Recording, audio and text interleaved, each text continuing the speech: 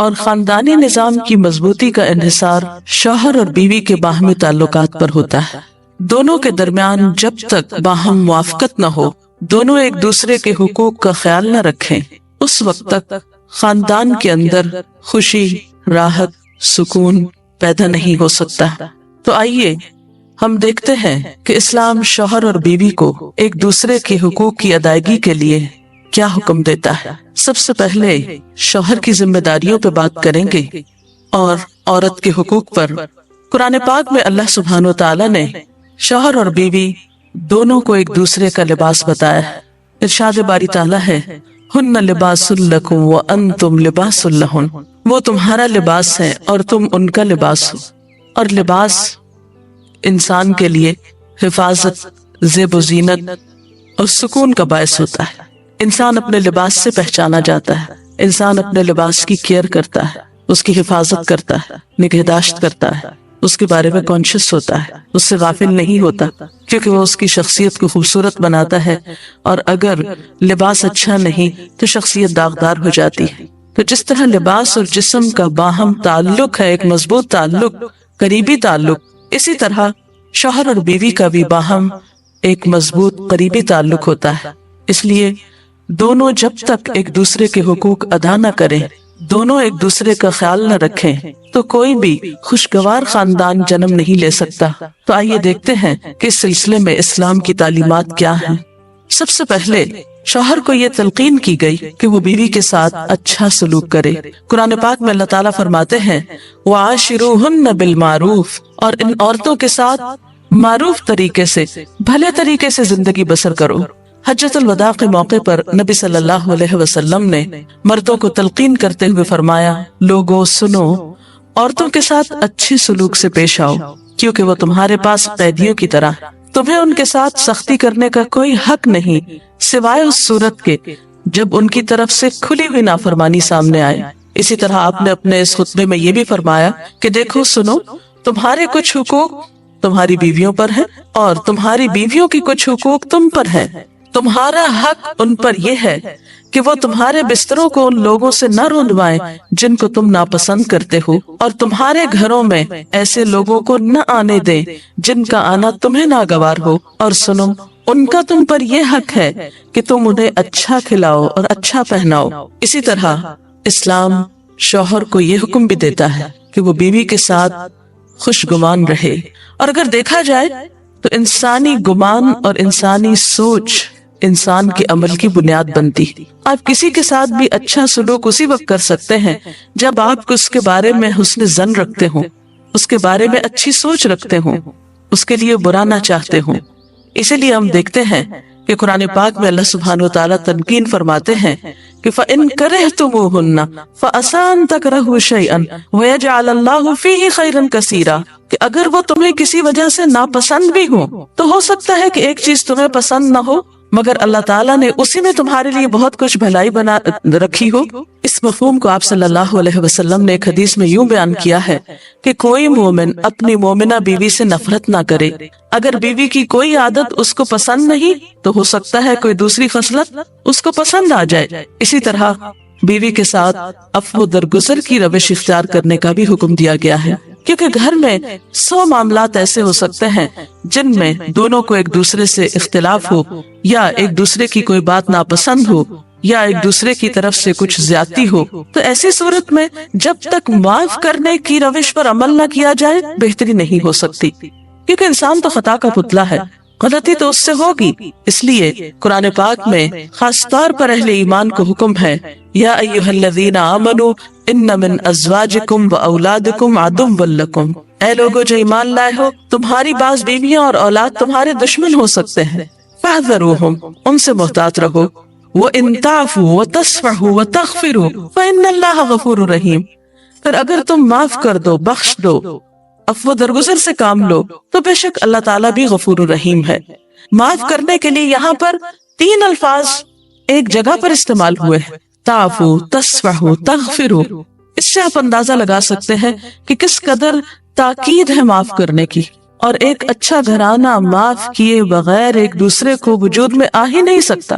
نبی صلی اللہ علیہ وسلم نے خاص طور پر عورت کے ساتھ اچھے سلوک کی تلقین کرتے ہوئے فرمایا، عورتوں کے ساتھ اچھا سلوک کرو، عورت پسلی سے پیدا کی گئی ہے اور پسلیوں میں سب سے زیادہ اوپر کا حصہ ٹیڑھا ہے، اس کو سیدھا کرو گے تو ٹوٹ جائے گی، چھوڑ دو گے تو ٹیڑھی رہے گی، بس عورتوں کے ساتھ اچھا سلوک کرو۔ بعض اوقات یہ سمجھا جاتا ہے کہ اس میں شاید عورتوں کی توہین کی گئی، نہیں، اس میں عورت کی فطرت کو بتایا گیا ہے کہ اس کے اندر ایک خاص طرح کے جذبات اللہ تعالیٰ نے پیدا کیے ہیں۔ مرد عموماً زیادہ عقل سے کام لیتے ہیں جبکہ عورت جذبات سے کام لیتی ہے، تو مرد اپنی سوچ کے مطابق عورت سے معاملہ نہ کرے بلکہ عورت کی پوزیشن کو دیکھتے ہوئے، اس کے جذبات کو دیکھتے ہوئے اس سے معاملہ کرے اور حسن سلوک کرے تو خاندانی زندگی زیادہ خوشگوار ہو سکتی ہے۔ پھر اسی طرح بیوی کے ساتھ خوش اخلاقی کا برتاؤ کرنے کا حکم دیا گیا۔ آپ صلی اللہ علیہ وسلم نے فرمایا، کامل ایمان والے مومن وہ ہیں جو اپنے اخلاق میں سب سے اچھے ہیں، اور تم میں سب سے اچھے لوگ وہ ہیں جو اپنی بیویوں کے حق میں سب سے اچھے ہیں۔ ہمارے ہاں تو اس شخص کو زن مرید کہا جاتا ہے جو بیوی کے ساتھ اچھا سلوک کرتا ہو، حالانکہ اللہ کے رسول صلی اللہ علیہ وسلم کے نزدیک سب سے اچھا مومن وہ ہے جو بیوی کے حق میں خوش اخلاقی برتتا ہے۔ یعنی کسی انسان کی خوش اخلاقی کا ثبوت اس سے نہیں دیا جائے گا کہ وہ اپنے گھر سے باہر کس کے ساتھ کیسا ہے، بلکہ یہ دیکھا جائے گا کہ وہ گھر کے اندر کیسا سلوک کر رہا ہے اپنے قریب ترین انسان کے ساتھ۔ حضرت عائشہ رضی اللہ تعالی عنہا فرماتی ہیں کہ میں نبی صلی اللہ علیہ وسلم کے ہاں گڑیوں سے کھیلا کرتی تھی، میری سہیلیاں بھی میرے ساتھ کھیلتی، جب نبی صلی اللہ علیہ وسلم تشریف لاتے تو سب ادھر ادھر چھپ جاتی، آپ ڈھونڈ ڈھونڈ کر ایک ایک کو میرے پاس بھیجتے تاکہ وہ میرے ساتھ کھیلے۔ اس سے آپ اندازہ لگا سکتے ہیں کہ آپ صلی اللہ علیہ وسلم کا اپنے ازواج مطہرات کے ساتھ کیسا سلوک تھا، کیسا معاملہ تھا، اور وہ ان کے جذبات کا کس قدر خیال رکھتے تھے۔ اسی طرح شوہر کی ذمہ داریوں میں سے یہ ذمہ داری بھی ہے کہ وہ بیوی کو خوش دلی سے نان نفقہ دے، اس کی ضروریات پوری کرے۔ اس سے نہ صرف یہ کہ دنیاوی اعتبار سے وہ اپنی ذمہ داری پوری کرے گا بلکہ آخرت کے اعتبار سے بھی وہ بہترین اجر و ثواب کا مستحق ہوگا۔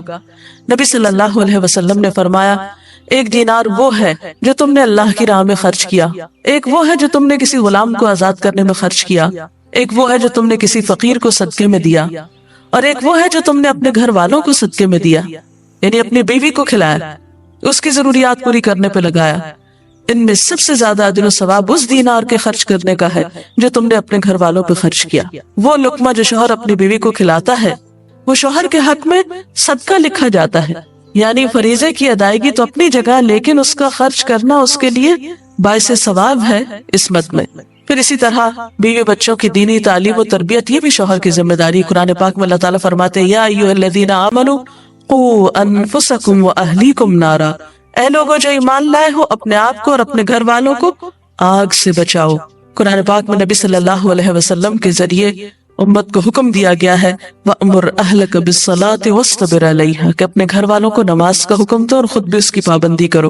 اسی طرح بیوی کے لیے بھی کچھ احکامات ہیں، بیوی کی بھی کچھ ذمہ داریاں ہیں جو اسے شوہر کے حق میں پوری کرنا ہے۔ پہلی ذمہ داری یہ کہ بیوی خوشی کے ساتھ شوہر کی اطاعت کرے۔ قرآن پاک میں نیک عورتوں کی صفت یہ بتائی گئی ہے، فَالصَّالِحَاتُ قَانِتَاتٌ، نیک عورتیں فرما بردار ہوتی ہیں، ایک طرف اللہ کی اطاعت گزار اور دوسری طرف شوہر کی اطاعت گزار۔ شوہر کی اطاعت کے بارے میں ایک حدیث میں آتا ہے، آپ صلی اللہ علیہ وسلم نے فرمایا، دو قسم کے لوگ ایسے ہیں کہ جن کی نمازیں ان کے سروں سے اوپر نہیں جاتی، ایک وہ غلام جو اپنے آقا سے بھاگ جائے جب تک کہ واپس نہ آئے، اور دوسرے وہ بیوی جو اپنے شوہر کی نافرمانی کرے جب تک کہ نافرمانی سے باز نہ آ جائے۔ یہاں تک حکم ہے کہ بیوی شوہر کے معاملے میں کسی دوسرے کی بات نہ مانے، یعنی شادی کے بعد ایک عورت جب شوہر کے گھر چلی جاتی ہے تو پھر شوہر کا حق سب سے بڑا ہو جاتا ہے۔ بعض اوقات ہمارے معاشرے میں ایک طرف شوہر کچھ کہتا ہے، دوسری طرف والدین کچھ کہتے ہیں، تیسری طرف کسی اور کا مشورہ کچھ ہوتا ہے، عورت بیچاری بیچ میں پس جاتی ہے۔ ایسے موقع پر عورت کے لیے کیا لازم ہے، اس کی پرائرٹی کیا ہوگی کہ وہ اپنے شوہر کی بات مانے۔ عورت کی دوسری بڑی ذمہ داری اپنی آبرو اور عزت و عصمت کی حفاظت ہے۔ عورت کوئی ایسا کام نہ کرے جس سے اس کی عفت و عصمت پر کچھ حرف پائے۔ ازدواجی زندگی کی خوشی کا راز باہم ایک دوسرے پر اعتماد ہے۔ اگر کوئی بھی ایسا کام عورت کرتی ہے جس سے شوہر کے دل میں شک ہو جاتا ہے، اعتماد ختم ہو جاتا ہے، تو اس سے ازدواجی زندگی کی خوشیاں ختم ہو جاتی ہیں۔ یہ اعتماد بے حد ضروری ہے، اور اس کے لیے اپنی عزت عصمت کی خصوصی حفاظت۔ نبی صلی اللہ علیہ وسلم نے فرمایا عورت جب 5 وقت کی نماز پڑھے، اپنی آبرو کی حفاظت کرے، اپنے شوہر کی فرما بردار رہے تو وہ جنت کے جس دروازے سے چاہے داخل ہو جائے۔ اسی لیے شوہر کی اجازت اور مرضی کے بغیر گھر سے بھی نہیں نکلنا چاہیے۔ حضرت معاذ بن جبل کہتے ہیں کہ نبی صلی اللہ علیہ وسلم نے فرمایا خدا پر ایمان رکھنے والی عورت کے لیے جائز نہیں کہ وہ اپنے شوہر کے گھر میں کسی ایسے کو آنے دے جس کا آنا شوہر کو پسند نہ ہو، اور ویسی صورت میں گھر سے نکلے جب اس کا نکلنا شوہر کو پسند نہ ہو۔ اطاعت کے علاوہ شوہر کو خوش رکھنا یہ بھی بے حد ضروری ہے۔ نبی صلی اللہ علیہ وسلم نے فرمایا جس عورت نے اس حال میں انتقال کیا کہ اس کا شوہر اس سے خوش تھا تو وہ جنت میں داخل ہوگی۔ اور عموماً کسی کی خوشی کے لیے انسان اپنے جذبات کی قربانی دیتا ہے، بعض اوقات اپنی سوچ کی قربانی دیتا ہے، بعض اوقات اپنے کسی اور راحت و آرام کی قربانی دیتا ہے۔ تو ایک عورت جب اپنے شوہر کو خوش کرتی ہے تو جواباً اس کے لیے خوشی پلٹتی ہے۔ اس لیے گھریلو زندگی کی خوشی کا انحصار اسی بات پر ہے کہ دونوں ایک دوسرے کے لیے قربانی کے جذبات رکھتے ہوں، ایک دوسرے کے لیے رحمت اور ایک دوسرے کے لیے مودت کا ذریعہ ہو، جیسا کہ قرآن پاک میں شادی کا مقصد یہ بتایا گیا کہ دونوں کے درمیان باہم مودت اور رحمت کے جذبات ہوں، ایک دوسرے کے لیے سکون کا باعث ہوں، تاکہ انسانی زندگی بہترین طریقے پر رواں دواں رہے۔ اسی طرح شوہر سے محبت کا اظہار کرنا، اس کے ساتھ وفادار رہنا، اس کا احسان ماننا یہ بھی بے حد ضروری ہے۔ حضرت اسماء کہتی ہے کہ ایک بار نبی صلی اللہ علیہ وسلم میرے پاس سے گزرے، میں اپنی سہیلیوں کے ساتھ تھی، آپ نے ہمیں سلام کیا اور ارشاد فرمایا تم پر جن کا احسان ہے ان کی ناشکری سے بچو۔ تم میں سے ایک اپنے ماں باپ کے گھر کافی دنوں تک بن بیاہی بیٹھی رہتی ہے، پھر اللہ تعالیٰ اس کو شوہر عطا کرتا ہے، اولاد دیتا ہے، اور ان سارے احسانات کے باوجود اگر کبھی کسی بات پہ شوہر سے ناراض ہوتی ہے تو کہہ اٹھتی ہے میں نے تو کبھی تمہاری طرف سے کوئی بھلائی دیکھی ہی نہیں۔ تو یہ جملہ ناشکری کا جملہ ہے جو عورت کو نہیں بولنا چاہیے۔ قیامت کے دن اللہ تعالیٰ اس عورت کی طرف نظر رحمت اٹھا کر نہیں دیکھے گا جو شوہر کی ناشکری ہوگی۔ اور آخری بات یہ کہ عورت کے اوپر لازم ہے کہ وہ اپنے گھر بار، مال و اسباب اور اپنی ذمہ داریوں میں شوہر کی مددگار رہے، شوہر کی وفادار رہے۔ آپ صلی اللہ علیہ وسلم نے فرمایا قریش کی عورتیں کتنی اچھی عورتیں ہیں جو بچوں پہ بہت مہربان اور شوہر کے گھر بار کی حفاظت کرنے والی ہیں۔ آپ صلی اللہ علیہ وسلم نے ایک اچھی عورت کی خوبیاں بیان کرتے ہوئے فرمایا مومن کے لیے خوف خدا کے بعد سب سے مفید اور باعث خیر نعمت نیک بیوی ہے۔ اور نیک بیوی کون؟ جب وہ شوہر اسے کسی کام کے لیے کہے تو خوشی سے کر دے، جب اس پہ نگاہ ڈالے تو اسے خوش کر دے، جب اس کے بھروسے پہ قسم کھائے تو وہ اس کی قسم پوری کر دے، جب وہ کہیں چلا جائے تو اس کے پیچھے اپنی عزت و آبرو کی حفاظت کرے، اور شوہر کے مال و اسباب کی اور ان سب چیزوں کی نگرانی میں شوہر کی خیرخواہ اور وفادار رہے، اور اس کے ساتھ ساتھ اپنی صفائی، زیبائش اور سلیقہ مندی کا بھی ثبوت دے۔ اس سلسلے میں اگر آپ کے ذہن میں مزید کچھ سوالات ہوں تو آپ کر سکتے ہیں۔ اگر والدین اور شوہر دونوں میں سے کسی ایک کی بات ماننے کا جیسے وقت ہو تو پھر کس کی بات پہلے مانی چاہیے؟ شادی کے بعد شوہر کی بات ماننا زیادہ ضروری ہے بنسبت کسی اور کی، کیونکہ واضح طور پر آتا ہے کہ عورت شوہر کے معاملے میں کسی دوسرے کی بات نہ مانے۔ اگر شوہر کوئی ایسا حکم دے جو کہ شریعت کے خلاف ہو تو کیا اس کو حکم ماننا چاہیے شریعت دین کے یہ خلاف؟ تو ایک اصول ہے لا طاعت لمخلوق فی معصیت الخالق، کہ کسی مخلوق کی یعنی کسی انسان کی اطاعت جائز ہی نہیں جہاں اللہ کی نافرمانی ہو رہی ہو۔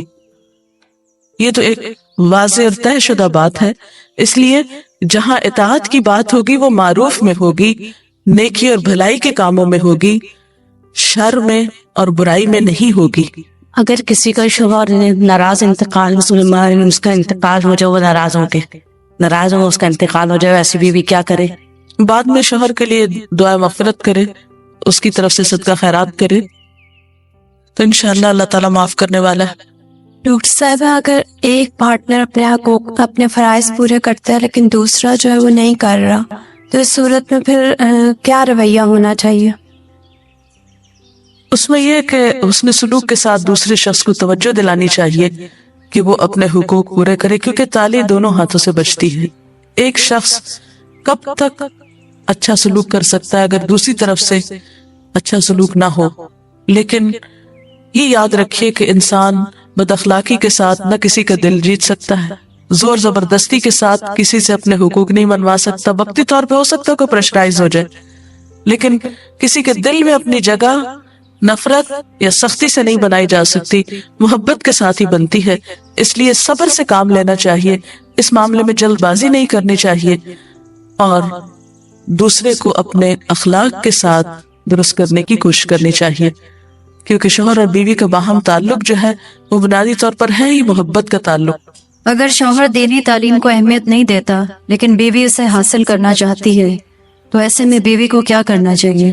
اب دیکھیے کہ دین کی تعلیم تو یہی ہے کہ طلب العلم فریضۃ علی کل مسلم، علم حاصل کرنا ہر مسلمان پر فرض ہے۔ اس میں جیسے مرد کا حق ہے علم حاصل کرنے کا، ایسا ہی عورت کا بھی حق ہے، کیونکہ علم کے بغیر تو زندگی اندھیر ہے۔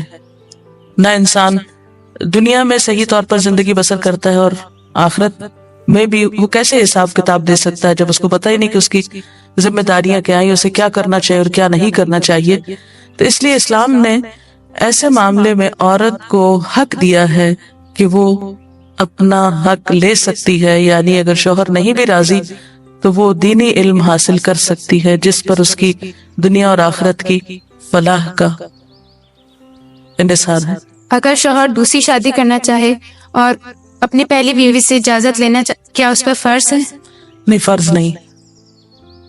السلام علیکم میڈم، جو سنان نفقے کا ذکر کیا ہے نا کہ ذمہ داری شوہر پہ ہے، تو وہ جی ہاں۔ کس حد تک ذمہ دار ہے؟ مطلب کہاں تک دے سکتے؟ کوئی لمٹ ہے اس کی کہ اتنا کماتا ہے تو اتنا دے سکتا نہیں، ہے؟ اصل میں اس میں کوئی حساب کتاب تو نہیں کیا گیا، ہر ایک کو اس کی حیثیت کے مطابق دینا ہوتا ہے۔ جو وسعت والا ہے وہ زیادہ خرچ کرے گا، جو کم حیثیت والا ہے وہ اپنی حیثیت کے مطابق کرے گا، لیکن بنیادی ضروریات بیوی بچوں کی پورا کرنا شوہر کی ذمہ داری ہے، جس میں تعلیم، رہائش، خوراک، لباس، دوا، علاج، معالجہ، یہ سب شوہر کی ذمہ داری۔ ڈاکٹر صاحب، آپ نے کہا کہ یہ باہم اعتماد کا رشتہ ہے میاں بیوی کا۔ اب میاں تو بیوی پہ اعتماد کرتا ہے، اگر بیوی کو اس پہ نہیں اعتماد ہے کہ وہ کچھ چھپاتا ہے یا کچھ نہیں بتاتا ہے، بیوی کو کہاں تک اجازت ہے کہ وہ اس بات کو کریدے، اس سے پوچھے؟ میرا خیال ہے کہ بعض اوقات معاملات کریدنے سے اور زیادہ خراب ہوتے ہیں، اور بعض اوقات انسان بلا وجہ کسی وہم کا شکار ہوتا ہے، شیطان وسوسے ڈالتا ہے اور انسان کو غمگین اور پریشان رکھتا ہے۔ تو اس میں یہ ہے کہ انسان کو تجسس کرنے سے منع کیا گیا ہے، کیونکہ اس سے حاصل کچھ نہیں ہوتا، اور انسان کے ظاہر پر ہی معاملہ کرنا چاہیے اس سے۔ اس کے ساتھ ہی آج کے پروگرام کا وقت ختم ہوتا ہے، اب اجازت چاہتے ہیں۔ السلام علیکم ورحمۃ اللہ۔